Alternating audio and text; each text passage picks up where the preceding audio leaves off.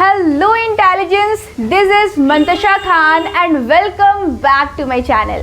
इस lecture video से जो हम टॉपिक पढ़ेंगे ना, टॉपिक क्या है हमारा, तो एल्सवेयर। ठीक है, देखिए हम लोगों ने क्या करा, चैप्टर कंप्लीट कर लिया है। फिर आपके चैप्टर में जो लास्ट में एक बॉक्स दी गई है ना, उससे हम लोग समझेंगे। ठीक है, तो सबसे पहली बात कि एल्सवेयर का मतलब क्या होता है। एल्सवेयर का मतलब होता है कहीं और की बातें। मतलब इसमें हम लोग इंडिया को छोड़ करके जो दुनिया भर के दूसरे देश है, दूसरे क्षेत्र है, उनके बारे में बात करते हैं। तो इस लेक्चर वीडियो से हम लोग क्या समझेंगे, डिसाइफरमेंट एक प्रोसेस को समझेंगे और लास्ट में क्या करेंगे, चीज़ों को कंपेयर भी करेंगे। ठीक है, जो इंडियन इंस्क्रिप्शन हम लोगों ने पढ़ा था ना, अशोकन इंस्क्रिप्शन के बारे में, और अभी जो हम लोग इजिप्शियन इंस्क्रिप्शन को पढ़ेंगे, तो दोनों चीज़ों को हम लोग लास्ट में कंपेयर भी करेंगे। ठीक है, तो चलिए शुरू करते हैं। तो जैसा कि हमें पता है कि इंस्क्रिप्शन जो थे वो मेटल्स पर लिखे जाते थे, पत्थरों पर लिखे जाते थे, आज से लगभग सैकड़ों साल पहले, कई सौ साल पहले। ठीक है, और उसमें लैंग्वेजेस और स्क्रिप्ट दोनों ही शामिल होते थे। पहले लैंग्वेज और स्क्रिप्ट के बीच में डिफरेंस समझेंगे हम लोग। लैंग्वेज क्या होता है, लैंग्वेज मतलब भाषा जिसे हम बोलने या समझने के लिए इस्तेमाल करते हैं। फॉर एग्जाम्पल हिंदी क्या है, भाषा है, हम लोग बोलने के लिए इस्तेमाल करते हैं। वही स्क्रिप्ट क्या होता है, उस भाषा को लिखने का तरीका। देवनागरी क्या है, देवनागरी स्क्रिप्ट है, का खा गा घा हम लोग लिखते हैं ना, तो वही क्या है, हिंदी भाषा को लिखने का तरीका को हम लोग स्क्रिप्ट कहते हैं। अब पता है कि अब प्रॉब्लम्स क्या थी। प्रॉब्लम ये थी कि समय के साथ साथ भाषा और स्क्रिप्ट बदलते गए। ठीक है, तो अब सवाल ये आता है कि how do scholars understand what was inscribed in inscription. अब स्कॉलर्स ये कैसे पता करेंगे कि भाई इंस्क्रिप्शन में आखिर क्या लिखा गया था।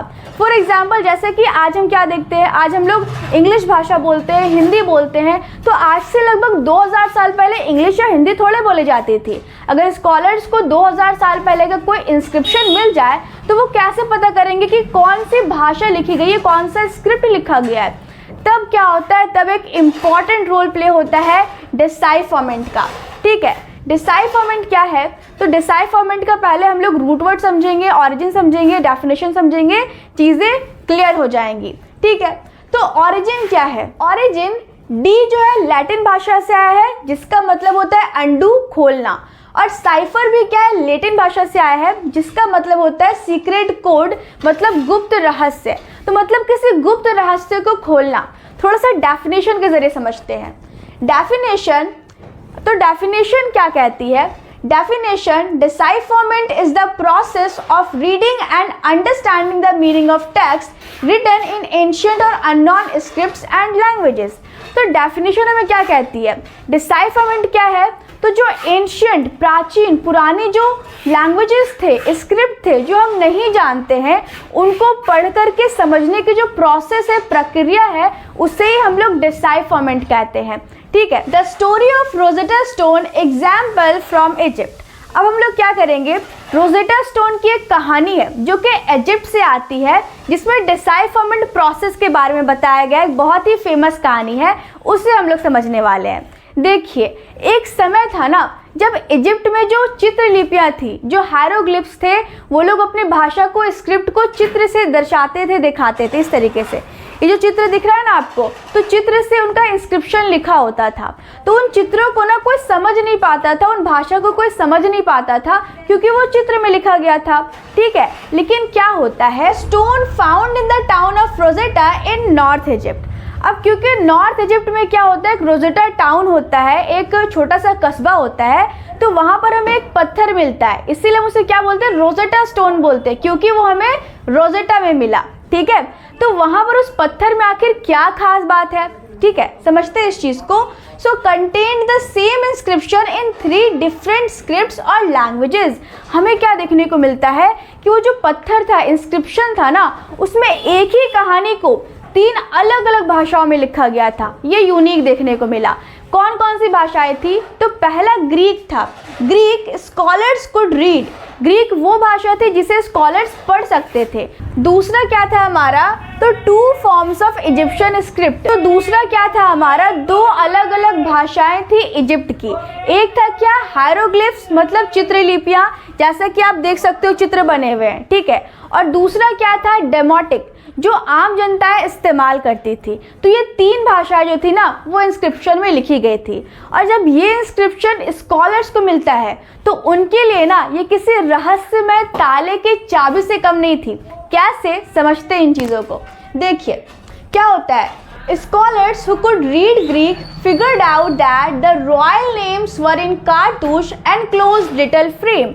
अब जो स्कॉलर जिन्हें ग्रीक पढ़ने आती थी ना, उन्होंने क्या करा, उन्होंने देखा, क्या नोटिस करा उन्होंने कि जो कारतूस था ना ग्रीक भाषा में, उसमें राजा और रानियों के शाही नाम लिखे गए थे। अब ये कारतूस क्या होती है, अब ये कारतूस क्या है, तो इनक्लोज्ड लिटिल फ्रेम मतलब एक बंद किया हुआ ढांचा होता है कारतूस, जिसमें राजा रानियों के शाही नाम लिखे होते थे। क्योंकि आज से लगभग 5000 साल पहले राजा रानियों का शासन था इजिप्ट में, है ना। तो कारतूस देखिए क्या है, ये जो आपको दिख रहा है ये कारतूस है, जो कि एक बंद घेरे में क्या है, बंद घेरे में राजा और रानियों का शाही नाम लिखा गया है। ठीक है, ये क्या है, टॉलमिस और ये क्लियोपेट्रा, जो कि शाही नाम होता था राजा और रानियों का, जो कि कारतूस में लिखा गया है। ओके, तो कारतूस उन्हें मिलता है। फिर जो ग्रीक भाषा वाला कारतूस था वो उसे पढ़ पाते हैं क्योंकि स्कॉलर्स को ग्रीक पढ़ने आता था। फिर आगे क्या होता है ना कि then matched the non-Greek letters to unknown Egyptian signs side by side।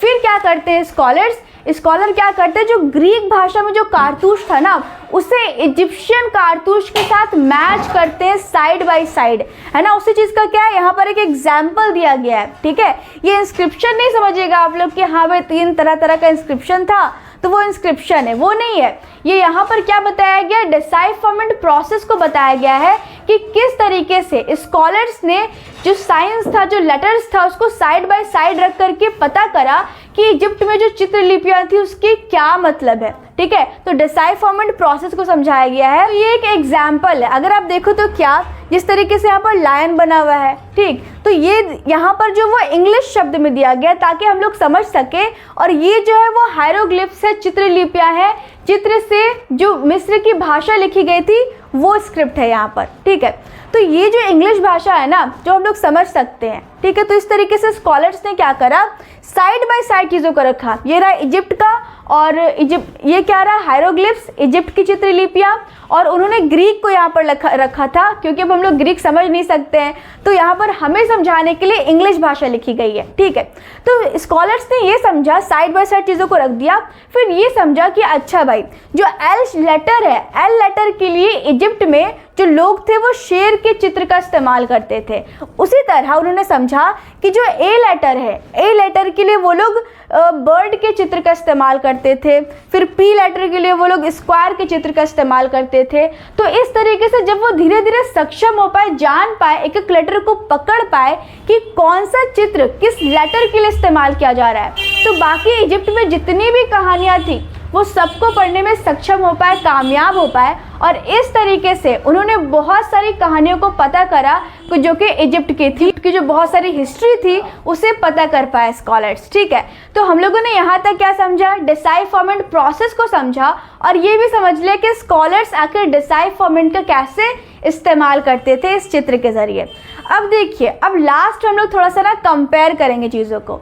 जैसा कि हम लोग क्या है, इंडियन इंस्क्रिप्शन जो अशोकन इंस्क्रिप्शन था उसे चैप्टर में पढ़ कर के आ चुके हैं, और अभी हम लोगों ने क्या समझा, अभी हम लोगों ने इजिप्शियन इंस्क्रिप्शन को समझा। तो दोनों को थोड़ा सा ना कंपेयर कर लेते हैं। ठीक है, तो दोनों में ही कॉमन बात ये थी ना कि दोनों ही जगह में क्या देखने को मिलता है भाई, कि चीज़ें एक ही लिखी गई थी, कहानी एक ही था, बस के लिए क्या था, तो लैंग्वेजेस अलग अलग थे। दूसरी चीज़ हमें ये देखने को मिली कि दोनों ही जगह राजा रानियों का शासन था इंस्क्रिप्शन लिखाए जाने के दौरान। और तीसरी चीज़ हमें ये देखने को मिली, एक डिफरेंस देखने को मिलता है कि जो इंडियन इंस्क्रिप्शन था जो अशोक द्वारा लिखवाया गया था, अशोक राजा द्वारा, तो उसमें हमें देखने को मिलता है क्या कि अल्फा सिलेबिक लेटर्स होते हैं, मतलब अक्षर होते हैं। और वही इजिप्ट में हमें क्या देखने को मिलता है, हायरोग्लिफिक, मतलब हमें देखने को मिलता है क्या कि भाई चित्रलिपियाँ होती है, चित्र बने होते हैं। तो ये एक यूनिक चीज़ देखने को मिलती है, अलग चीज़ें हमें थोड़ा सा इजिप्ट में देखने को मिलता है। तो मुझे उम्मीद है कि सारी की सारी चीज़ें आपको यहाँ तक क्लियर रही होंगी। तो मुझे उम्मीद है कि आपको डेसाई फॉर्मेट प्रोसेस समझ में आया होगा और साथ ही साथ जो कंपैरिजन था वो भी क्लियर रहा होगा। अगर कोई भी डाउट है तो आप कमेंट सेक्शन में पूछ सकते हैं और नेक्स्ट वीडियो में हम लोग क्या करेंगे तो क्वेश्चन आंसर करने वाले हैं। तो इसी तरह अपने माइंड को मेकअप करते रहिए स्टडी के साथ और मिलते हैं अगले वीडियो में। Thank you so much.